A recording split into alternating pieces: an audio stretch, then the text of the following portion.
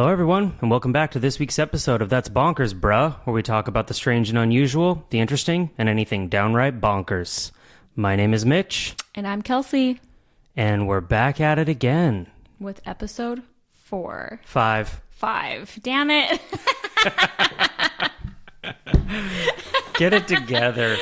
Out the gate, we're already screwing things up. I already screwed it up. Why was I thinking number 4? Maybe it's because I keep saying to people, oh, we have 4 episodes out. So the number 4 is in my brain. Must be.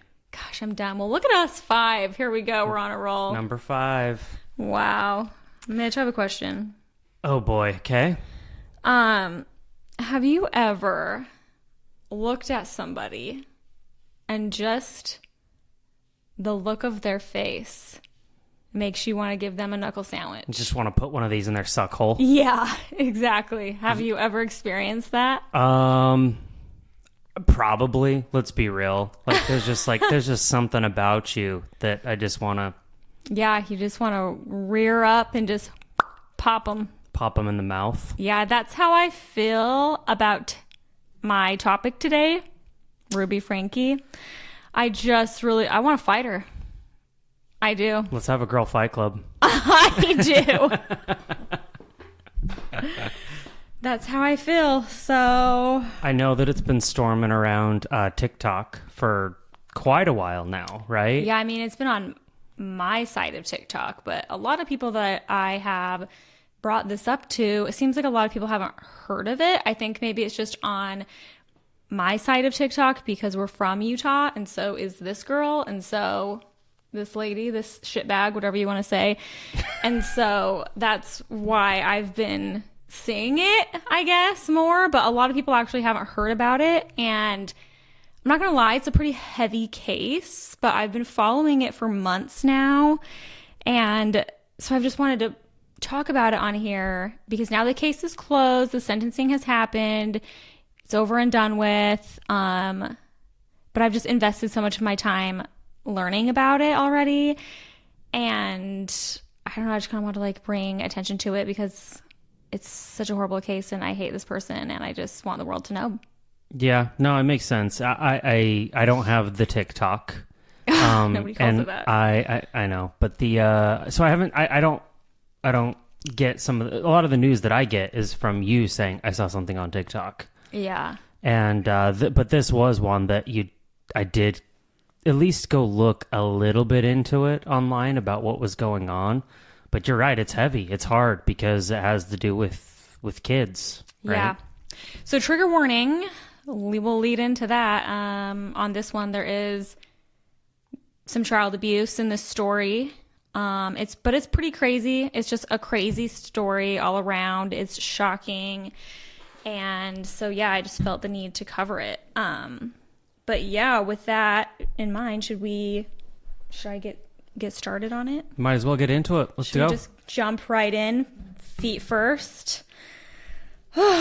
There's so much to this one. I've actually already listened to some podcasts about it already, that other people have done, when this case was first kind of unfolding. And truly, if you were really going to dig into this and find every little bit of information and talk about every little thing, we could be here for 3 hours. But I'm not going to do that. We're going to I'm going to hit the bases and summarize it, talk about the craziest parts. Yeah, because there's so much to this. Where to even begin? So if you haven't heard of this person, her name's Ruby Franke. She is was a mommy blogger. She had a YouTube channel called 8 Passengers. 8 Passengers because they have 6 kids, and it was her and her husband. So it's kind of just like a family blog. And oddly enough, there are a lot of influencers in Utah. It's a thing there. Yeah. Tons of influencers from Utah. It's totally a thing. So, yeah, it was kind of just a YouTube channel about their life. She had some really extreme, parenting views. And oddly enough, she had 2.5 million followers on this YouTube channel. But I think a lot of people were just following her and watching her because it is like watching a train wreck unfold. Dumpster fire effect. Yeah, we're you can't look away. It's so unhinged is the best way to describe it. It's just unhinged. Yeah. So before like the actual child abuse really began, she was doing a lot of crazy, weird parenting things that were upsetting a lot of YouTubers. Not YouTubers, upsetting a lot of viewers. Like she would do things like she took her kids' homework away as punishment and made them buy it back. She took Christmas away from them. They didn't have Christmas one year because she said they were ungrateful. Which to me, it sounds so traumatizing. I can't imagine being a little kid and you don't get Christmas. She's just like, oh, no, just kidding. I'm going to take it all away. Like, they legitimately didn't get Christmas one year, even though they have tons of money. That's wild. So wild. I can't imagine. That's like what I live for is like my kids' happiness is like doing something fun for them. Like, it's so much work, but it's so exciting on Christmas and Easter and like taking them to do fun things and seeing that excitement through their eyes. So I can't imagine doing that as a parent. Yeah. She did things like she took a bed away from her oldest son for a year and he had to sleep on a beanbag. One of her daughters forgot to take her lunch to school one day. And so the school called her. I think I told you about this. The school called her and was like, hey, your daughter forgot her lunch today. Like, could you drop one off? And she was like, nope, sorry. Like, that was her choice. She just is going to have to go hungry for the day. So just things like that where you're just like, what the hell, lady? What is wrong with you? Like, just a brat. This was before she got involved with a lady named Jody Hildebrandt. That's when the abuse really, really ramped up. And we'll get into that. But just to kind of set the scene of the type of person she is and how her YouTube channel was and how this all started out. Just to kind of give you an idea and paint the picture. Yeah, like, I understand if you want to prove a point in some aspects of things, but don't make your kid go hungry because they forgot their lunch and this kid's probably 7. Yeah, like I can imagine. I would have so much anxiety if like I knew my kid wasn't going to get lunch that day. That would stress me out so much. Yeah, like you've told your kid to pick up their Nintendo off the ground 4 times and they haven't done it. So you take it and they're like, where's my Nintendo? And it's like, well, I put it away and you can't have it the rest of the day. Like, okay, I get that. Not let them starve. I don't know. She's just like an a-hole. She just was like do stuff that was like, okay, lady. So to that point, a lot of people, it was raising red flags for a lot of people. A lot of her YouTube viewers had been calling DCFS on her for a number of years. Like over the course of 4.5 years, Child Protective Services and the cops were called numerous times, and they did at least 15 visits to the Franke home over the course of that time. Jeez. So she was on their radar. It wasn't like this just happened out of nowhere. It's like she was on the radar. But it sounds like it is pretty hard to get DCFS to really do anything. It has to be pretty extreme. And I think nothing was actively happening at the time that they showed up. Like there was no proof. Nobody was like looking physically abused or anything like that. But like she was on the radar. So like this isn't something, that just like all of a sudden everyone's like shocked. Like, oh, I can't believe this happened. When it happened, people were kind of like, yeah, I can kind of see it. I got to ask the question. Was this, I'm going to say it, this bitch, one of those that was like even on YouTube, almost like taunting people? That she's like, oh yeah, got all these haters in my comments that are calling DCFS on me. I actually don't know. I really haven't watched many of her videos. I've only seen like a couple clips here and there on TikTok.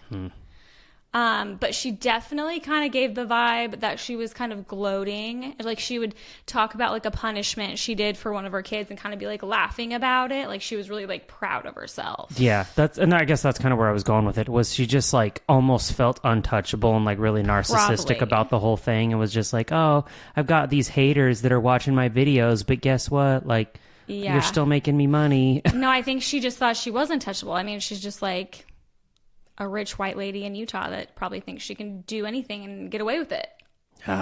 Honestly. I mean, that's obviously what she thought. That's why she took the abuse so far. And it does get pretty intense. Like when I heard all the things that happened to these kids, it's mortifying. It's disgusting. So we'll get into that. I'm just setting the scene.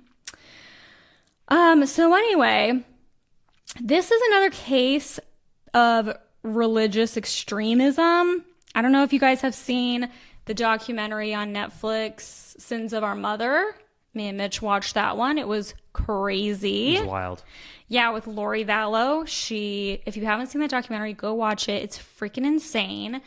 Lori Vallow actually sadly ended up murdering 2 of her kids for religious reasons. Basically, she thought that they were possessed by demons. Zombies is what they called them. Yeah. Z's. And it's just wild. That one's batshit crazy. That's a whole other topic. So way too many details to even get into.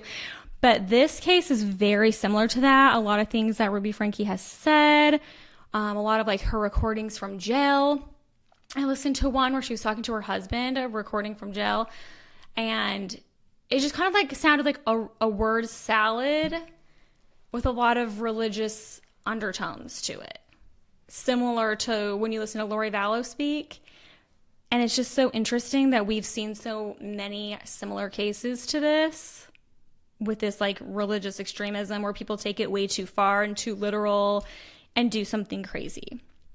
So anyway, she's already crazy. We've established that she's already like doing things that are like off-colored with her kids, raising red flags. Already not a fan. Then she hooks up with this lady named Jody Hildebrandt. Jody is a therapist, and from the sounds of things, from what I've gathered, a terrible person. She was really kind of the driving force for the abuse that happened with these kids. She's really like manipulative. There's actually been a lot of other people that have come forth and have spoken about how they were a client of hers and that she basically like ruined their life, like broke up marriages, made them feel like they were terrible. Her niece specifically suffered a lot of mental and physical abuse at the hands of her Aunt Jody for years, and she came out and has talked about it. So this lady is fully unhinged. So it's so sad. Sorry, I didn't mean to cut you off there, No, but you're just good. so sad that they're like that they're this is a licensed clinical, I assume Yeah. psychologist, right, of Yeah. sorts. And people are going during a very difficult time as it is, right? Especially since we've had a mental health crisis on our hands, at least here in the U.S. for many years, amplified substantially with COVID-19. And then, people are trying to come to like figure their life out, and you're just gonna dump fuel onto the fire to make Yeah. their life worse. It's very unhinged. I don't even know what other word. It's just like, I really feel like she's a sociopath. Honestly, I truly feel like she's a sociopath and just like gets joy out of controlling people because she's like a master manipulator. A lot of people, like I said, to go down the rabbit hole of all the details, we could be here for 3 hours. I'm just kind of giving the highlights. But if you were to like look into her, she's got like whole other stories about her too. Like, it's just insane. She actually did lose her license, her therapy license or whatever, for a period of time because she was talking about a patient's, quote, pornography addiction. She tells everybody they have a pornography addiction, but I don't really think they do. She just like says that to make them feel bad. I don't know. It's insane. So anyway, she was talking about a patient of hers at church, and then she got in trouble for it because that's a breach Violates. of the doctor-patient Doctor-patient confidentiality. Yeah. Mhm. So she already got in trouble for that, got her license back at some point, and has just been a menace ever since. So in 2022, Ruby stopped doing YouTube and started working with a group called Connections as a, quote, coach. I don't know what that means. Is she a life coach? I hate when people are like, I'm a life coach.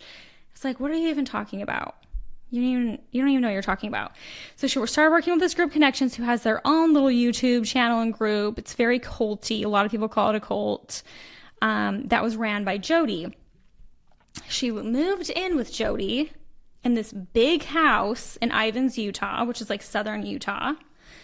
And Jody kind of convinced Frankie that her and her husband needed to split up, that he was a sex addict and a bad person, and that they needed to split up. So they have been in separation for like a year, like haven't talked, haven't seen each other.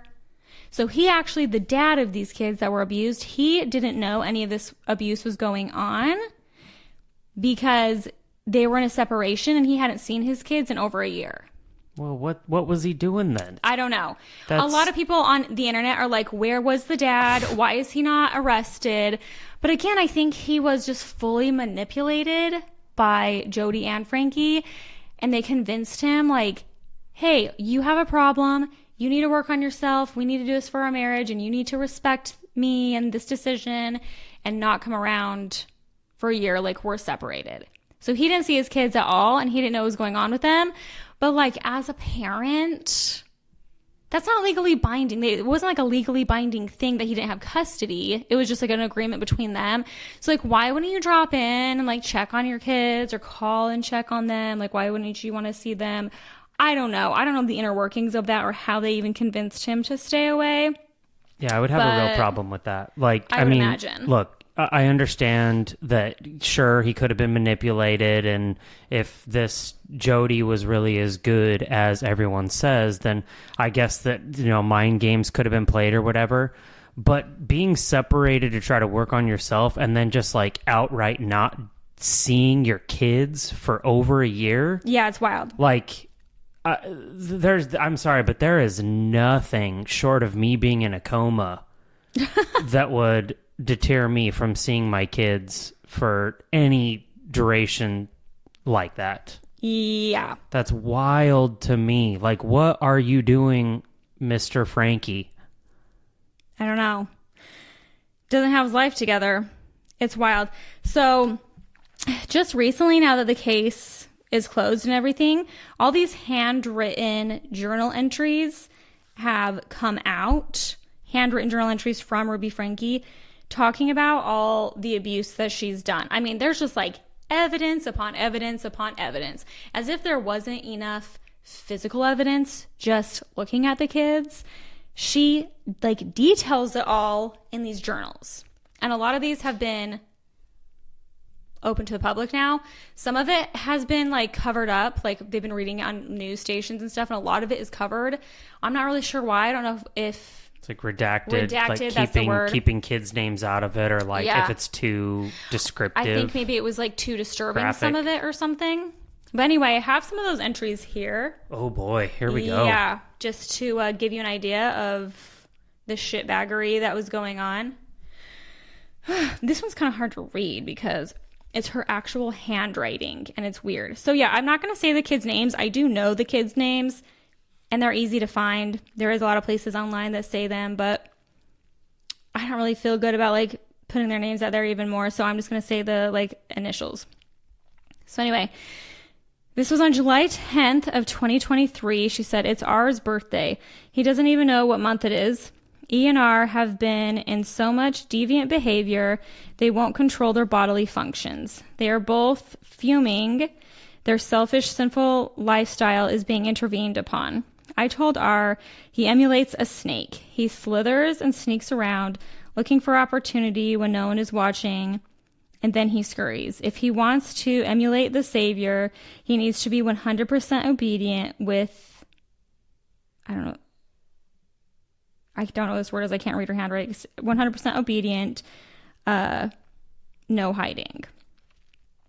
Okay, who calls her son a snake? So she's talking about her 10-year-old and 12-year-old, her daughter and son. Okay, that's just such a weird thing to say. They're little kids. Then, in an early entry in the journal dated on July 11th, 2023, Franke recalled, quote, "a big day for evil," when she wrote that her daughter, quote, "manipulates me." In the same entry, Franke later described a moment with her son R, where she told him to stand in the sun with his sun hat. After she claimed he was defiant and refused to do so, Franke wrote that her son's demons stay in the shade. So she pushed him into the sun and later harmed him with a cactus. So she would make them stand in the sun to like burn out the demons. Boil out the demons. And for those who don't know, in this part of Utah in the summer, it can get up to 120 degrees. Yeah, we're talking like Phoenix temperatures. And this was in July. Oh my gosh. So and these kids were sunburned in like 20 minutes. Oh yeah, and there was Easy. no sunblock. They would deprive them water and food for days and call it fasting. I don't think little kids should be fasting at all anyway, but this is not even what it was. She was like forcing them to go without food for days. She wouldn't give them water when they were out in the sun like that. There was no sunscreen. They had no shoes. They weren't allowed to wear shoes because they would run away. And the cement, when it's that hot in the desert, hot sand, they would have like blisters on their feet. Blisters they on would their have hands. to. Yeah, they got so sunburnt that they had blisters. So anyway, she said, I came back with a cactus poker. When I poke his back to get him in the sun, R doesn't even flinch. Frankie wrote, I poke him on the neck. He is in a trance and doesn't appear to feel anything. Jody taps him on his cheeks to wake him up. It's like, yeah, no shit. He's freaking disassociating probably because he's so traumatized. Yeah, well, I know he's probably in like, if you're that dehydrated, like you can turn into like almost a hallucinogenic state. And then on top of that, you're delirious. They're like, oh, he doesn't respond to anything. Yeah. No shit. Well, like, that's because his literal neurological system has shut down. It's so sad. Then the mother then asked her son if he knew that his family and savior loved him before pouring mop water on him after he continued to stay in the shade. I take my mop water and go to R, she wrote. I show R the water, then I pour the water on R. It's hot outside. It feels good, doesn't it? On the same day, Frankie wrote about her son being pushed in a pool. Then she detailed putting her hands on his face and asking if he's ever heard someone talk underwater. So she would basically like force him underwater and like hold him underwater and keep her hands. It's crazy. I get what you mean that you want to punch this broad in the face. Dude, I know. And just like every time I see pictures of her, I'm just like, oh, you frustrate me so much. So disgusting. And people are saying like, oh, Jody like started all this. She manipulated Ruby into doing this. And that there may be some truth to that. Amplified. But as a mother, where does the instinct come in? Where does the common sense come in that you would treat your kids this way and let them be severely traumatized? Well, like you had pointed out early on, she was kind of a shitty parent from Jump Street anyways. Oh, like yeah. she was already doing terrible things to him. So I'm sure what Jody saw was, oh, I'm going to exploit this situation even further because I like to manipulate people and have control. She's already a shitty parent doing terrible things to her kids. Let's see how far we can take this. Yeah. So the abuse eventually got so bad that the 12-year-old son, R, as we call him, he's the oldest one in this situation. He eventually got so sick of it that he found a way to escape and ran away. So he had ran away one time before, and that's why they didn't let him have shoes. Because that's it was where the shoe thing comes in. Okay. Yeah, so the shoes were taken away because it was too hot to really be running through the desert without shoes. So the Ring doorbell footage of this just came out as well on TikTok, and it is so sad. He went to 2 different houses. He went to one, nobody answered. They had to blur like half of his body because he's so skinny and cut up, and it's so disturbing, like they couldn't even show it on TV. He's 12. His legs are literally the size of Roman's. Who's 7 and very small for his age. I feel like Roman's just like a tiny little kid naturally. This kid's legs were like sticks. He was extremely malnourished. So he eventually got the courage to run away. Thank heavens he did. He went to a second house and rang the doorbell.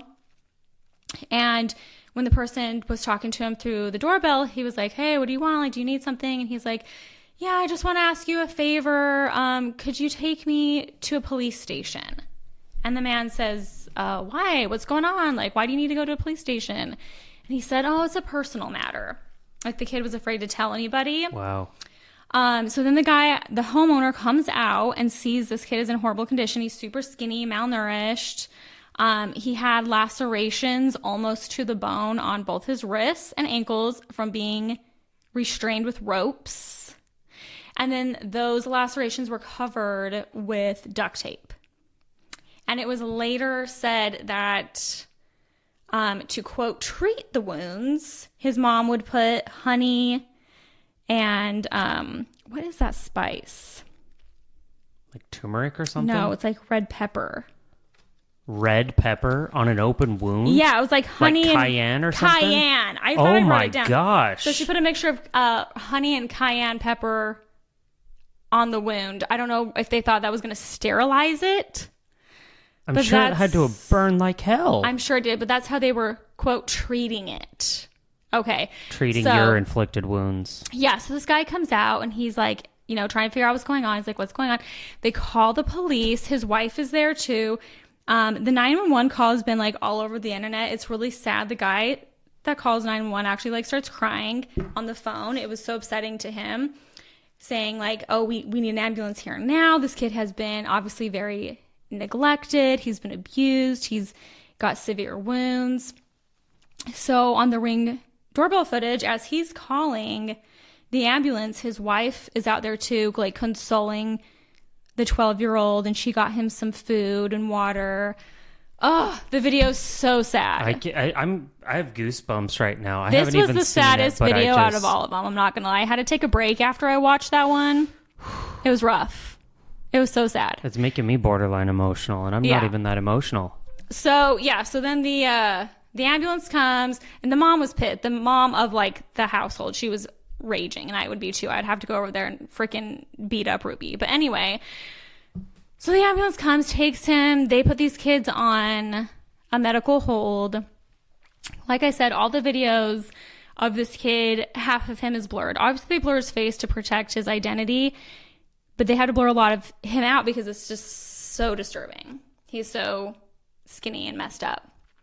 So obviously after that, they go to the house. They arrest the mom, Ruby Franke, and Jody Hildebrandt. They both get arrested. While they're there, they find the 10-year-old girl hiding in a closet, and her head was shaved. And she would not talk to police officers or DCFS or anybody for hours. They could not convince her to eat. They could not convince her to talk to them or to leave the closet because she had been so brainwashed into thinking that she was bad and that she deserved it. Like, these kids both thought on some level that they deserved that treatment. Like, there was something wrong with them.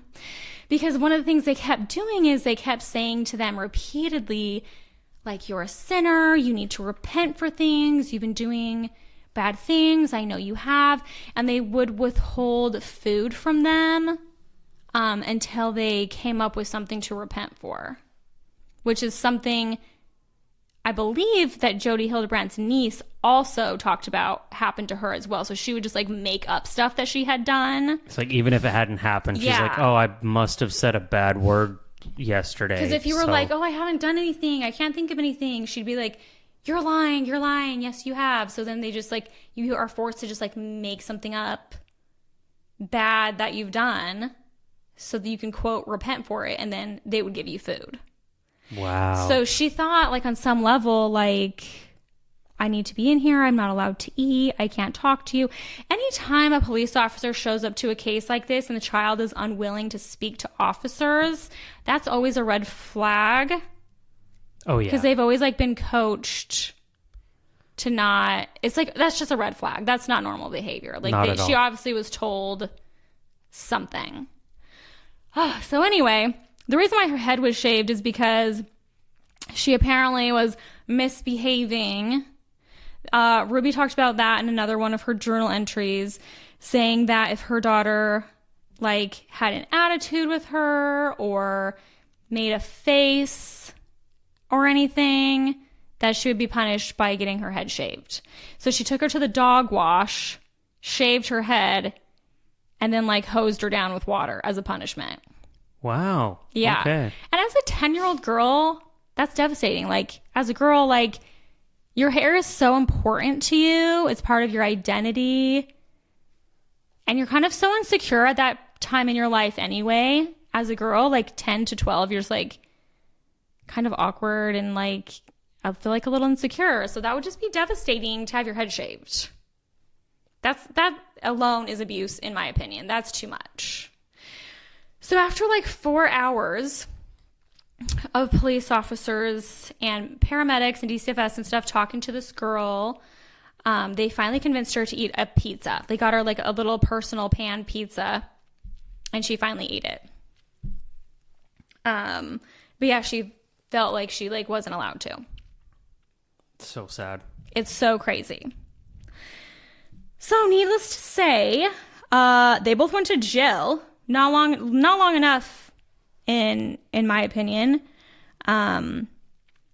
It seems as though Ruby may have now kind of come to the realization that, oh shit, like I was manipulated, I was on the wrong path, because she did actually show a lot of emotion during the trial when she was getting sentenced and did apologize and stuff like that.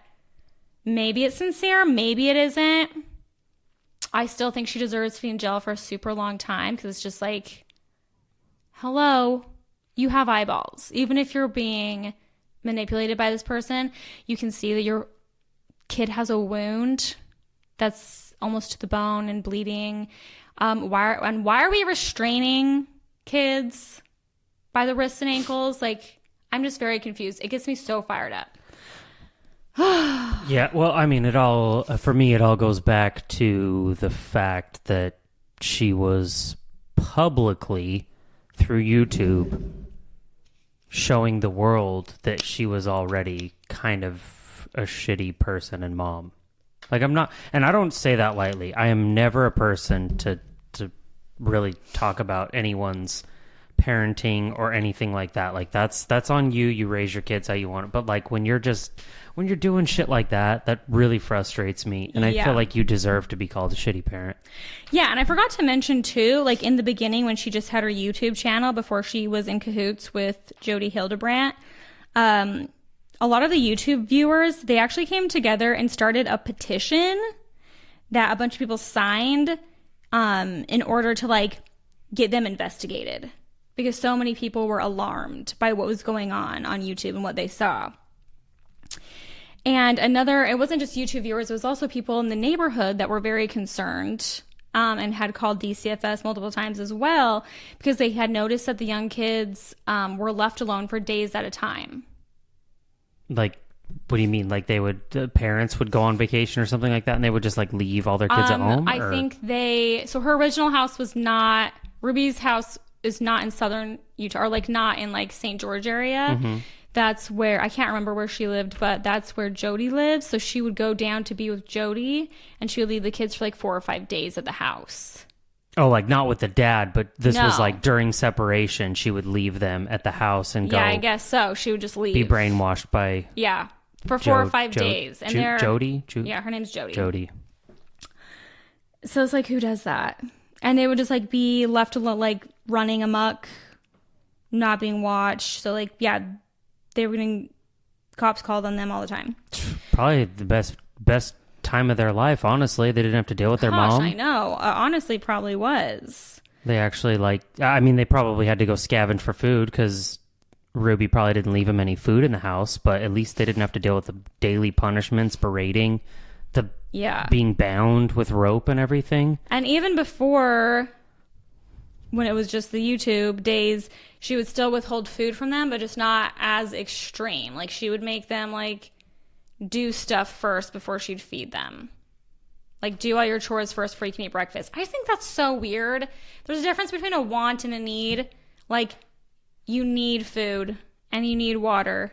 A want is a video game, like, or an iPad or a toy or an experience. Take that away. You should not be taking away food. Basic necessities. That's a necessity, especially when you're a little kid and you're growing. How about just their general health when it comes to like water and, I don't know, not sunburning the shit out of your kid? Right. Call me crazy. I don't know. I must be losing my mind. So anyway, she was arrested in August 2023 in Washington County, Utah. and was charged with 6 counts of aggravated child abuse. So not just like regular child abuse, not child neglect, aggravated child abuse. Both women pleaded guilty to 4 counts of second degree aggravated child abuse in December of 2023 and were sentenced to the maximum sentence per Utah guidelines, which is 4 to 30 years, which is a huge gap. Yeah. 4 to 30 years. It better be 30 years. I doubt it. And the hard thing about it is that, I mean, it sounds like they took a plea deal, right? They took a plea deal that it was second degree, even though if they would have pleaded innocent, it would have gone to court, and court probably would have tried to slam them with a first degree, and that's always worse because that's premeditated. Yeah, they didn't want to go to trial. When they spoke at the sentencing, one thing that Jody said that made me roll my eyes so hard they almost popped out of my skull is when she was saying how she took the plea deal because she said, I genuinely love these kids. I can't even talk her voice normal. And I don't want them to go through more trauma by having to testify in court. Because that's the most traumatic part, for yeah, sure. They don't, that's not it. It's because a jury would slaughter you. Yeah. Just like, there's no way. Related to, like aggravated child abuse in the first degree. People don't have tolerance for that. That jury is coming in, and I doubt they can do it, but they're looking for the death sentence. Yeah, they can't do it for that because it says this is the maximum sentence per Utah guidelines. Well, that's the maximum sentence per Utah guidelines for second degree aggravated assault. Yeah, I guess. First degree probably would be a 25 to life or something like that. I don't know. I didn't look that up. I didn't even think to look that up, honestly. But look it up, people.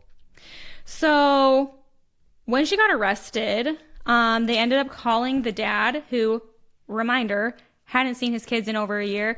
The police station calls him and is like, hey, we need you to come pick up your kids at this police station. And he was obviously confused and was like, weird, why? Like, he didn't know what it was for, but he wasn't expecting this.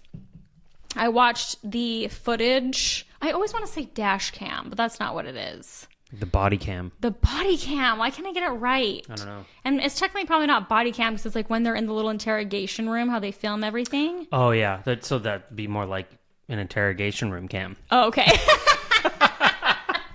Glad I have you here, Mitch. We record these at night, and it's been a long day. So the camera that was recording him, that just came out for when they were talking about this, and he did act very surprised and flabbergasted. I do feel like his reaction didn't quite meet the appropriate standard of flabbergastedness. My gaster is flabbered. Like, I don't know. Was it so he too much or not enough? Not enough. I mean, he was surprised and he was like, wait, maybe what are you... shocked a little bit. And he was like, wait, what are you talking about? Like, I didn't know any of this was going on. What do you mean? Where are they? I haven't talked to them in over a year. But he was more concerned with his wife. He was more so like, oh, is Ruby going to go to jail? What's going to happen to her? Is she going to be prosecuted? I love my wife. And he asked very little about his kids. He was more surprised, but he wasn't really concerned about them. I don't know. I just felt like the reaction was very odd. And that's also what everybody in the comment section was saying. Having a hard time with that. Give your balls a tug, guy. Yeah, so he has filed for divorce now, that Ruby is going to jail. Obviously, that would be stupid if he didn't. But, I mean, I just can't imagine her getting out in 4 years. Like, that is wild. And that's kind of one of the reasons why I wanted to drag her name through the mud. And I want people to know about this case. Because if that bitch is out in 4 years, like, people need to know what happened and what she did.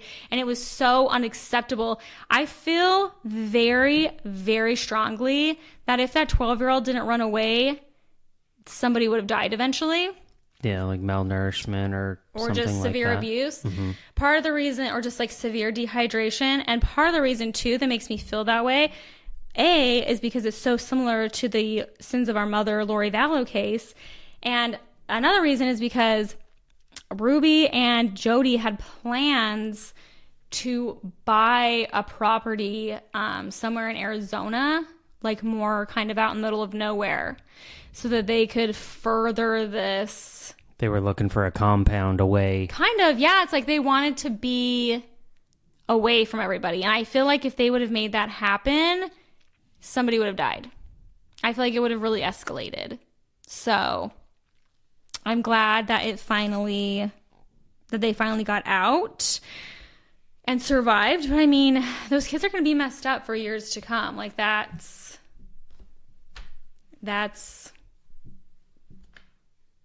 they're going to have trauma for a long time. It's so sad. It's so sad. I feel so bad for those kids. And you just want to... I really hope that there is, I guess, just brighter days in the near future for them. Yeah. I hope the best for them. They're in the state's custody right now. The dad still doesn't have custody of them. Probably needs to be evaluated. So it does need to be evaluated for sure. And that's, I think, the thing is that they are kind of investigating him and making sure that if they do go back to him, they'll be okay. But yeah, as of right now, they are in the state's custody. So yeah, I think that's all I have. Sorry that it was so dark. It's just so interesting though too. It's just so crazy. Like these religious extremism cases are very interesting to me. And it's just wild. I don't know. And the way she looks, she just looks like every other mom. I don't know. Like, she just looks like every other mom. She's like blonde and looks like a mommy blogger. It's just odd. Do you mean that, I guess, I need you to clarify, you mean that in like a negative way, or just like it's hard because you look at her and you don't think that she is such a horrible person? Like, what's the... Yeah, I mean, I don't mean it in a negative way necessarily. I mean, her face does annoy me to the point that I want to give her a knuckle sandwich. But you wouldn't look at her and be like, oh, that lady looks like she's cracked out. She looks like she's... Like, at first snap judgments, just like on appearance and stuff, you wouldn't think anything. She just looks like a typical 40-year-old mom. I don't know. Like, I don't know how to explain it. It's just shocking that the abuse was this severe, I guess. Yeah, I get that. No, I get you. I think you did hit the nail on the head because you said that it's shocking. You look at her and she just looks like very unassuming. Aside from her face that you want to punch. Yeah. For whatever reason, she still just seems like a normal person on the street. She doesn't have that. I don't know, that look about her where you would think that. She's doing all this shitty stuff behind closed doors to her own kids. Yeah, and I don't know what someone like that really even looks like, I guess. I don't know. Sometimes when you see, like, I guess when I've seen, like, articles in the past of, like, a severe case of child abuse, when you look up the parents' mugshot, you're like, oh, okay, that tracks. Yeah, okay. Yeah, you know what I mean? Mm-hmm. Yeah. Like, you're just kind of like, oh, yeah, they look like they've seen rough days. Yeah. I don't know. Yeah. This just was surprising. They've definitely done a few rounds of meth. Yeah, something like that. Or like the Florida mans. It's like, you're like, oh yeah, that guy looks like he was tackling gators. Yeah, exactly. In the middle of the freeway in Miami. Yeah. So yeah, woo. It's been exhausting to research this topic though and come up with a coherent thought and figuring out where to start. I had to keep taking breaks because it's a heavy one. It is. Yeah. It's a lot. Next time I'll have a way more lighthearted one. They're not all going to be heavy like this, but it is a very interesting case nonetheless. And not as heavy as it could have been because the kids survived. Luckily R ran away. Actually, I forgot to mention this, that her oldest daughter, Sherry, did make a comment when her mom was arrested. It said, I wanted to read this. It says, following Ruby's arrest, her estranged daughter Sherry took to Instagram to say that she and her family are so glad that justice is being served, claiming they've been trying to tell police and CPS for years about this. Ruby's sister shared similar sentiments in a joint statement that said the two arrests, quote, needed to happen. So her family was on board with her being arrested. They were like, yeah, she's messed up. Clearly. I mean, it's there's just no words when you hear Yeah. stuff like this in the news, on TikTok, whatever else. It's really hard, especially with kids. I know that, we like to watch some true crime stuff Yeah. before going to bed, but it's like when you're getting ready to watch Criminal Minds and the episode is completely about something with kids, we're like, yeah, hard pass there. Next Yeah. episode. Yeah, in the description, it's like, someone's kid gets kidnapped. I'm like, out. I'm out. We don't need to watch that at 9:30 at night as we're No. winding down for the night. No, I don't like that. I do not. I think that so I actually had some stuff planned here, but I think what I'm going to do is leave everyone on a little bit of a cliffhanger. Yeah, because we don't want it to be too long. Yeah, we'll pick this up the next episode. Sorry it took so much time. No, this was great, and I appreciate your preparation. There was a lot there, but I'm going to hold on this. Okay. What I will say prior to closing things out today is that as I was listening to your story and trying to piece things together, frustrated for sure that something couldn't be done so much sooner, it made me think of just like, it makes you want to wish that there was just somebody or something, some organization that could intervene sooner. Yeah. Right? A vigilante, if you will. Yeah. And I'll just, I'll leave that right there. We'll let that one marinate. Okay. Can't wait to pick up where we left off for the next episode because Yeah, I same. feel like I do have some exciting stuff. I know. I was actually excited to hear yours. But like I said, this topic just has so much to it. I could go on. If you really dove deep into it and got all the information, like, it could go on for hours. So I mean, we've talked about it for hours. I've been talking about it for months. That's I'm what I burnt mean. out. Like months, I don't but wanna like talk about in it hour anymore. increments, right? We're just like, Yeah. oh my gosh, now this, now Yeah. this. What the hell else is there? Yeah. And I'm sure that things will continue to unfold because it always does. I mean, even though they're in jail, I feel like there'll be more things released that maybe weren't identified as evidence in the case, or like you had shared the journal notes and stuff like that. Yeah, I mean, all I'm the sure they Ring got through a lot of cameras them, and all that. but it's just a lot, and so I mean, I don't know what the answer is because this happens way too much. Yeah. The kids don't deserve it. But I guess just I think people need to have common sense for one thing. that helps. The dad should have been checking on him. I think the siblings should have been checking on him. Like, not to put blame on anyone or Right. make them feel guilty, but like, if I knew my mom was crazy, and she's not, by the way. Don't be mad. Don't think I'm saying that, Mom, 'cause she listens. We're not saying that, Mom. We're not saying that. If I had a crazy mom and abuse happened in the home and I was estranged, but I had like these younger siblings there, I would feel the need to like check on them. I don't know. The dad for sure should have been checking on them. I'm frustrated with Mr. Franke. They obviously weren't in school. They're being, quote, homeschooled. I feel like if kids are homeschooled, there needs to be some type of check on them because they just fall through the cracks sometimes and Yeah. get like, they're so under the radar. Like, I feel like just things need to be, I don't know what the answer is. I'm not in that system or world. I know it's hard. I know that like social workers and child protective services and police and all that, they're so overworked and a lot of times underpaid, and there's just so much. It's like an uphill battle, but it's like, damn, like, I feel like you didn't have to get to this point. You have to appreciate the work that people try to put in, but unfortunately, the system. I say the system in a very generic term, but you had alluded to the fact that Child Protective Services had shown up several times in the teens, even, but they could not intervene or prosecute because there wasn't anything immediately wrong. Yeah, they weren't like in immediate danger. There wasn't like signs of abuse going on. And They that's couldn't. what's hard. I mean, like, Yeah, it is hard. what do you? I guess is we could probably do a little more research just to figure out like what the parameters are. But it's, if people are calling regularly, like if you just have the one off or whatever because they think something might be weird, check on them. If everything seems kosher, then fine. But like when you have repeated offenders, you can't just be like, yeah, like what do they have to see in order to like actually intervene and take these kids away? They got to like open the front door unannounced to watch her backhand a kid. Well, it's always unannounced when they stop by.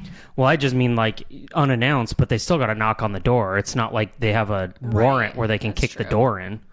So I was like, oh, it's unannounced, but we knocked on the door, and then mom we won't say mom or dad, but just like Ruby's like doing her hair really quick, and all of a sudden she's like, oh no, everything's perfect here. I don't know why you're even here. That's so weird. Yeah, I don't know what the answer is. I think she was warned. But it's like, hello, what is she thinking too? Because like she knew she was on the radar. She had been warned, like, hey, you can't leave them for days at a time. You need to be watching them more. Like, they're stopping by on a regular basis. She just like literally didn't think that she was doing anything wrong. Because when she was arrested and she was in that room, like the interrogation room or whatever, when the footage came out of that, oh my gosh, I could break this pencil right now that I'm holding. It's so, this self-control that the police officers have in that moment to not jump across the table. It's crazy. I couldn't do it. Yeah. I'm going to tell you right now, I couldn't do it. Because she's sitting there with this annoying ass look on her face, just slow blinking. Ooh, I know how you hate a slow blink. She's doing the slow blink and not saying anything. They're asking her questions and she just sits there with this smug ass look on her face, slow blinking and not saying anything. And she's like, then finally she says, I want a lawyer. And they keep asking her questions, and she's like, I've already given you my answer. Like, just so smug. Like, you can tell that she just thinks, like... Just almost, like, condescending and conceited. Like, yeah. Like, I'm not going to get in trouble here. I'm just going to walk away from here. Just the look on her face. I'm telling you. I would have to go across the table. Like, they practice a lot of self-control. I'm sure they had to go home and, like, hit a punching bag that night or something. So... Great stress reliever. Yeah, it hurts my hand to do that. I've tried it. Yeah, well, you gotta get some gloves, like legitimate gloves. You can probably fit in Romans. Yeah, actually, I think they fit your perfect. Little mitts. Yeah, my little mitts. So to lighten things up, I mean, don't be a shitbag. I think that's in closing. Yeah, in closing, have common sense. Don't be a shitbag. Don't abuse your kids. Just throwing that out there. Do we want to talk about Love is Blind, or has that ship sailed? I think to touch base, it can't hurt. There was a lot on the what do they call it? The reunion? Yeah, that's what they're called. Sorry, I couldn't think of the word. I was struggling there. But I feel like it was... Well, Trevor was a douche. So bad. But I feel like they spent a lot of time in areas that didn't matter as much. Yeah. Yes, they spent a lot of time talking to Trevor. They spent a lot of time talking about talking with like Clay, for instance. But like they really should have spent a lot more time with Jimmy and they didn't even address that. And especially also what was it, Kenneth and I don't remember her name. Brittany? Yeah, because they were just like gone after like episode 4 or 5. Yeah. Just like MIA the rest of the season. I mean, she basically was like, yeah, he's my gay best friend now, I feel like is what she was saying without saying it. For real. I think that's the case. But yeah, they never really like said if Jimmy and Chelsea are together now or not. Like I don't think they are. I think they were very touchy. They were, but like I think that I feel like there had to have been some sort of, they obviously had a connection. They obviously have an element of love for one another, but I also think Jimmy especially knew that her volatility and erratic emotions was too much for him to handle in the long term. So it was like he has a care for her, and it sounds like they may be good friends. And he wants to console her when she's upset, but he also knows that you're not my girl for life. Yeah, maybe. I don't know because they didn't address it. They didn't. I'm sure you could go find it on Instagram. Probably. My highlights are, I feel really bad for AD that Clay said no. Yeah. I thought that was so sad. I really like her. She keeps it super real, and I like people like that, and I like that she calls people out. He's so dumb, and I think he just like didn't realize how dumb he is, and that was a huge mistake, and now he does. I think he realized after the fact that he fumbled big time. Yeah, he did. A lot of people are kind of giving him hate, and they don't really like him. I actually like him. I think they're cute together, and at least he owned his shit on the reunion. And I was like, yeah, I messed up, and I'm in therapy now, and I do think I made a mistake. Like, he at least owned it, whereas Trevor pissed me off so bad because he was just sitting there like a little shaking chihuahua. He looked like a little shivering chihuahua. Like, oh, I'm this big man, and I lift all these weights, but then I'm going to get called out, and I'm just going to sit here with my head down and act like a victim. Like, that just really annoys me. The victim mentality was rough. Yeah, that pissed me off. And he knew. That's the whole frustrating thing is, like, they called him out on all the things that he knew. He was already in this weird, won't call it a relationship, it was talking to a girl, literally while he was on his way. She thought they were in a relationship, I'm pretty sure. She definitely did. So I don't know what was going on there. It was a real weird situation. Anyway, it was a good season though. I enjoyed it, and maybe we'll see him out in the real world. I don't know. Well, there's a few. We don't go out much. Yeah, we're not going to see him in Charlotte. We don't head that far south end. Yeah, we don't go to South End much. That's where all the cool people go. Yeah, but no, I think that we can probably wrap it up here, right? Yeah, I hope so because I'm tired. Yeah, well, sorry, I'm excited for next time, so I don't have to talk so much. Yeah, I'm not going to take up the full time like you did. I still need your input here, but okay. We're still having a lot of fun doing this. Again, appreciate everybody that is listening in, leaving comments, subscribing, all that type of stuff.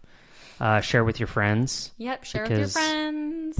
We're trying to grow, and I think that next episode should be pretty exciting. Yeah, I'll definitely pick a lighter topic next time. I don't know if mine's lighter. Yours is not lighter, really, but I'll pick something lighthearted. But you'll understand if you've listened to episode 5 and then you go into episode 6 why I was prepared to talk about what I'm prepared to talk about. All right, cool. Well, I'm excited about it.